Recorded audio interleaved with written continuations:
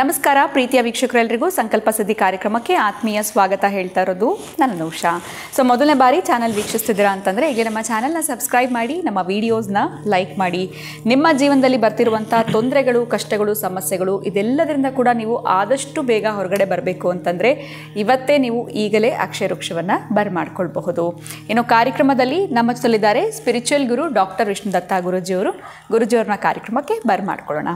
ನಮಸ್ತೆ ಗುರುಗಳೇ, ಕಾರ್ಯಕ್ರಮಕ್ಕೆ ಆತ್ಮೀಯ ಸ್ವಾಗತ.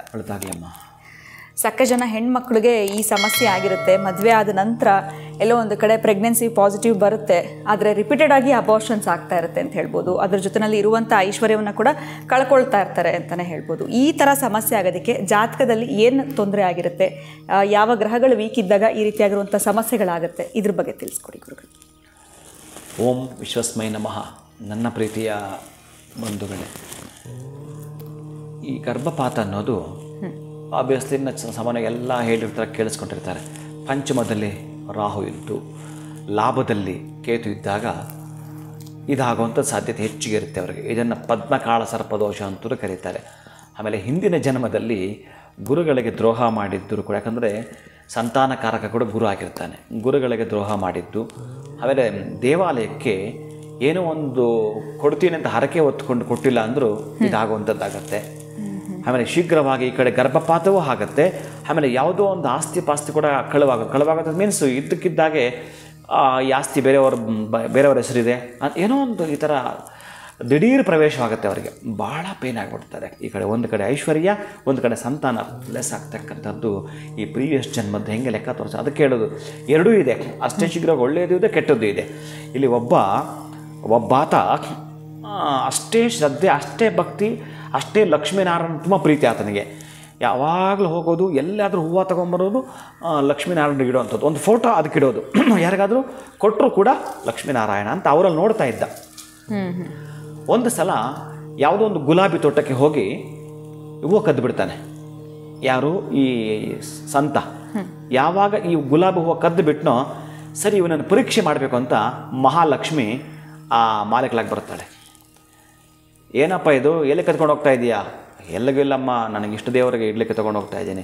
ಅಲ್ಲ, ನಿನಗೆ ಗೊತ್ತಿಲ್ವಾ ಇದು ನಮ್ಮದು ತೋಟ, ಕದ್ಕೊಂಡು ಹೋಗೋದು ಸರಿನಾ? ಯಾಕೆ ಕದ್ಕೊಂಡು ಹೋಗ್ತಾ ಇದೆಯಾ?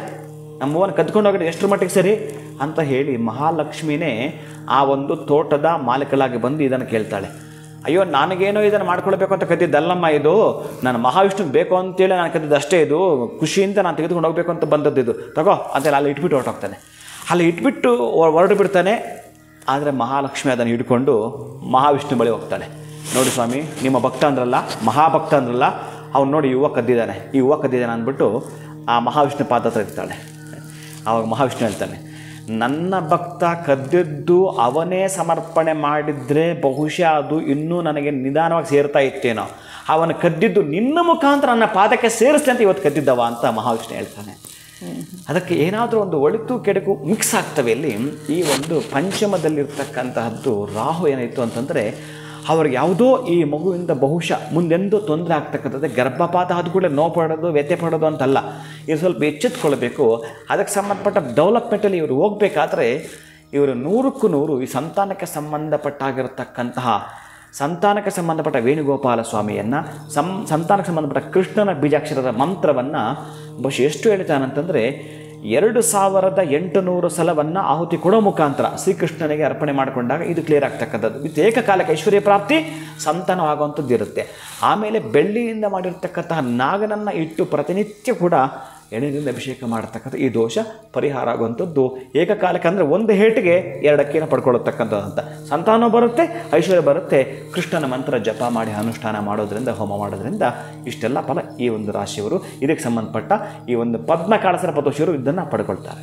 ಖಂಡಿತವಾಗ್ಲೂ ಗುರುಗಳೇ, ಈ ಥರ ಪದೇ ಪದೇ ಗರ್ಭಪಾತ ಆಗ್ತಾ ಇದೆ ಅಂತಂದರೆ ಜಾತಕದಲ್ಲಿ ಯಾವ ಗ್ರಹಗಳ ತೊಂದರೆ ಇರುತ್ತೆ ಅಂತ ತಿಳಿಸ್ಕೊಟ್ರಿ. ಅದಕ್ಕೆ ಪರಿಹಾರ ಕೂಡ ಏನು ಮಾಡಬೇಕು ಅಂತ ತಿಳಿಸಿದ್ದೀರಾ. ಧನ್ಯವಾದಗಳು ತಮಗೆ. ನಮಸ್ಕಾರ. ಹರೇ ಶ್ರೀನಿವಾಸ.